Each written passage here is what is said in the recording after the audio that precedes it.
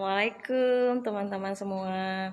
Kami dari Kantek 5 PKN dan tim dari Wasdal 3 setelah melaksanakan Wasda, koordinasi dan konsultasi di Kabupaten Sintang, Provinsi Kalimantan Barat, segera ke museum Kapuas Raya, dan kami melihat ada proses perancangan sketsa usulan Ki Hajar Dewantara, yaitu tentang burung Garuda. Bersama saya Dede Jitawati, Bunda cantik pakai banget. Terus ini ada sini sayang, ini kabit kami yang paling ganteng sejagat raya, ya kan? Victor Saing. Bapak Victor Saing. Lalu kakak Giovanni. Ada juga Mas Yatno yang lagi baca-baca tuh kan, ya kan? Nah, kita lihat di sini ada proses perancangan sketsa usulan Ki Hajar Dewantara yang berisi tentang sketsa asal muasal Pancasila, burung Garuda. Nih, pertama-tama proses perancangannya seperti ini: Gendut, Os Java, Prambanan, Kidal, lalu Suku. Sultan Hamid II membuat sketsa masukan Ki Hajar Dewantara dengan figur Garuda dalam mitologi yang dikumpulkan oleh beliau dari beberapa candi di Pulau Jawa yang dikirim dari Yogyakarta. Jadi figur Garudanya ini dari Yogyakarta. Di sini ada peran dari Sultan Hamid II yang juga membandingkan salah satu simbol Garuda yang dipakai sebagai lambang Kerajaan Sintang, Kalimantan Barat, sebagai salah satu bahan perbandingan antara bentuk burung Garuda yang berada di candi-candi Jawa dengan luar Jawa, karena secara historis Kerajaan Sintang masih ada hubungannya dengan Kerajaan Majapahit, yaitu seperti dalam legenda Dara Juwanti dengan Patih Loh Gender. Oke teman-teman, ini bisa kita lihat asal muasalnya, gambarnya seperti ini. Kemudian ini ada lambangnya, jadi asal muasalnya lambangnya hanya seperti ini. Jadi ini dari adalah situlah Emi Amin terinspirasi dengan Sultan Hamid II. Oke. Nah ini perisai rancangan Emi Amin. Jadi Emi Amin cenderung menggunakan simbol-simbol hewan seperti banteng, air, matahari, dan pohon kelapa yang dipadukan dalam perisai. Seperti yang teman-teman ketahui bahwa semuanya itu memiliki arti seperti banteng itu kuat, matahari itu menyinari, dan pohon kelapa itu bisa digunakan seluruh pohonnya, bisa dari akarnya, bisa digunakan, daunnya bisa digunakan, buahnya apalagi gitu kan. Nah inilah dimasukkan ke dalam sini. Gitu ya kan. Nah kemudian jadi seperti ini pada tanggal 8 Februari 1950 ternyata ditolak dong teman-teman oleh anggota panitia yang lain, ya kan. Sakitnya tuh di sini. Nah, terus kemudian lagi setelah ditolak tadi itu, terus Sultan Hamid II mengambil inisiatif pribadi untuk memperbandingkan dengan lambang-lambang negara luar lainnya, seperti negara-negara Arab yang ternyata menggunakan figur elang Raja Wali, dan negara Polandia menggunakan elang Raja Wali. Juga artinya seluruh negara lain yang di luar negeri itu juga menggunakan binatang kok gitu, hewan-hewan kenapa enggak gitu kan. Nah ini lambang negara Irak aja burung, terus Yaman juga burung, terus Polandia juga sama, Mesir juga sama gitu.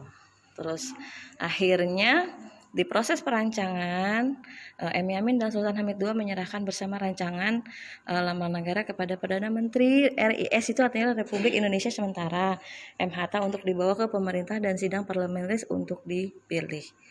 Nah ini kan, ini tanpa jambul ya. Jadi awalnya ini tanpa jambul, masih gundul.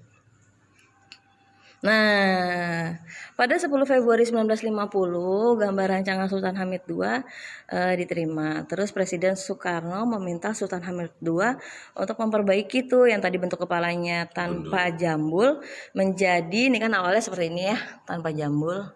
Kemudian menjadi seperti ini. Nah, ini before afternya. Bisa teman-teman lihat ya kan perbedaannya ya kan. Nah, oke, jadi nih ceritanya. Nah, setelah jadi dia burung Garuda kita itu memiliki jambul, kan? Terus kemudian ditambah-tambah lagi ada perisainya, gitu. Terus Sultan Hamid II membuat sketsa kembali, gitu. Bagian yang sangat penting dalam lambang negara RIS karena mengandung 3 konsep lambang sekaligus. Yakni burung Raja Wali Garuda menurut perasaan bangsa Indonesia berdekatan dengan burung Garuda dalam mitologi. Kemudian perisai ide Pancasila berkeliling dan seloka Bhinneka Tunggal Ika yang tertulis dalam pita warna putih, gitu. Terus Ada ahli semiotikanya ya. ini bisa teman-teman baca sendiri ya. Untuk itu Sultan Hamid II berkonsultasi dengan Ruh Junior, seorang ahli semiotika dalam merancang ulang bentuk Garuda Pancasila, khususnya posisi kaki yang mencengkram seloka dari arah depan. Jadi ini kakinya dari si burung Garuda ini mencengkram seloka, yang berarti Bhinneka, yang ada tulisannya Bhinneka Tunggal Ika. Baru diserahkan ke Soekarno ya. Diserahkan ke Soekarno, gitu. Tanggal 20 Maret 1950, gitu. JM Sultan Hamid, Menteri Negara, menurut pendapat saja lukisan roll ini membuat lambang negara kita lebih kuat. Maka untuk itu saja tetapkan bahwa on-world roll inilah yang harus dipakai. Kenapa tulisannya jang? Karena ini ejaan lama gitu. Yang harus dipakai. Terus kemudian Dullah melukis ulang Garuda Pancasila dengan memperbaiki posisi cengkeraman kaki untuk disebarluaskan ke seluruh penjuru negeri. Seperti itu. Jadi awalnya kan yang sebelumnya kakinya ini nggak mencengkram, teman-teman ya. Nah yang di sini mencengkram, gitu. Terus kemudian akhirnya seluruh burung Garuda sketsanya sudah sudah final ya, yang dilukis kedua kakinya oleh Dullah tersebut. Presiden Soekarno memerintahkan Sultan Hamid II selaku koordinator panitia lambang negara dan pembuat gambar rancangan lambang negara untuk memperbaiki seperlunya. Jadi udah kalau mau diperbaiki seperlunya aja, yakni membuat skala ukuran, bentuk dan tata warna serta keterangan gambar yang ada pada simbol-simbol itu. Jadi sudah dianggap nyaris sempurna. Dan dituangkan dalam PP ya. Dan dituangkan dalam Peraturan Pemerintah Nomor 66 Tahun 1951 pada tanggal 17 Oktober 1951. Gitu. Ukurannya juga ada dan iya. Ini ada ukurannya, ya. ada warna-warnanya. Teman-teman bisa lihat sendiri. Seluruh burung Garuda, bintang, nur cahaya, kapas, padi dan rantai. Ruang perisai di tengah-tengah warnanya kuning emas, ya kan? Segala macam nih ya, kepalanya harus hitam, pohon beringin warnanya hijau, pita warnanya putih, huruf warnanya Bahkan hitam. ternyata ada jumlah daripada tiap huruf punya makna tuh ya. Pada tiap-tiap sayap jumlahnya 17 yang mengartikan kita merdeka pada tanggal 17 Agustus. Terus pada ekornya 8 mengartikan kita bulan 8, yaitu bulan Agustus. Terus kecil di bawah perisai 19, apa artinya tuh? Tahun 1945. Kecil di leher perisai 45 mengartikan pada tahun 45. Baik, teman-teman, kita lanjut ke yang sudah dituangkan ke dalam warna. Teman-teman bisa kita lihat bahwa ini sudah ditetapkan, dituangkan ke dalam Undang-Undang Republik Indonesia Nomor 24 Tahun 2009 tanggal 9 Juli 2009. Jadi ini ada warnanya, ada ukurannya. Baru ya tahun 2000-an ya. Iya, ternyata baru 2009. Terus setelah RI kembali menggunakan Undang-Undang 1945 sesuai dekret Presiden 5 Juli perihal lambang negara dicantumkan ke dalam Undang-Undang Dasar melalui amandemen kedua. Hebat ya.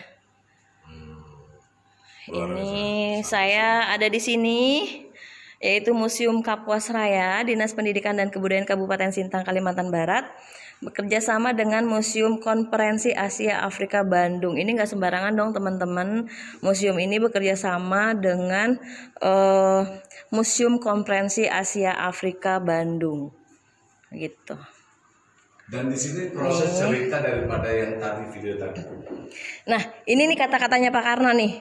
Ini Pak Karno itu bisa terbilang presiden yang romantis ya. Pak ya. Dan berkarisma sampai beliau mengatakan, saudara-saudara, lihatlah lambang negara kita di belakang ini. Alangkah megahnya, alangkah hebatnya dan cantiknya.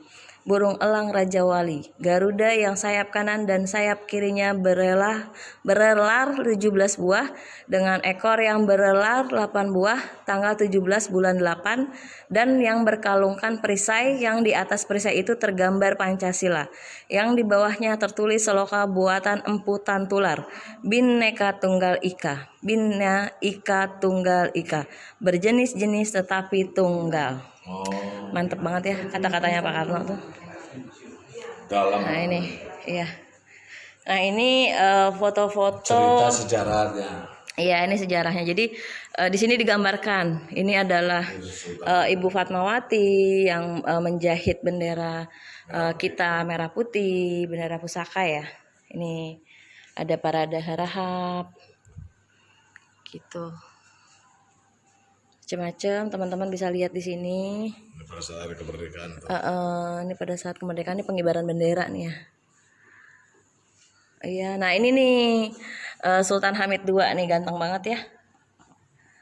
Salah satu yang merancang daripada burung Garuda. Burung Garuda. Ini Profesor Mr. Muhammad Yamin, Ki Hajar Dewantara. Nah ini teman-teman nih pahlawan pendidikan kita ya, Ki Hajar Dewantara, M.A. Palow Pesi, Muhammad Nasir, Profesor M.M. Purbat Jaraka. Nah ini lengkap banget, teman-teman bisa ke sini. Ini lokasinya ada di Sintang, Provinsi Kalimantan Barat. Teman-teman mungkin bisa lihat nanti kalau misalnya udah nyampe Sintang bisa menggunakan map atau bisa menghubungi pihak terkait. Ini ada tokoh, ada apa namanya? Sultan Hamid II. Sultan Hamid II. Nah ini nih gambar-gambar Rancangan waktu pertama, sketsa-sketsanya. Seperti apa sih yang mau dibikin gitu. Ya. Dan satu lagi kita harus bersyukur Mbak Dede bahwa kita sudah diantar oleh Pak Usni. Betul sekali. Oke teman-teman, sekian dari kami dari Kantor Regional 5 BKN Jakarta dan BKN Pusat ingin mengetahui sejarah-sejarah di wilayah kerja kami supaya jangan sampai kami tidak mengetahui, tapi apa namanya yang kita dapatkan lebih dari ekspektasi yang sangat luar biasa, dan ini berkat Pak Husni. Oke baik teman-teman, sekian dari kami. Wassalamualaikum. Sampai ketemu di YouTube berikutnya. Dadah.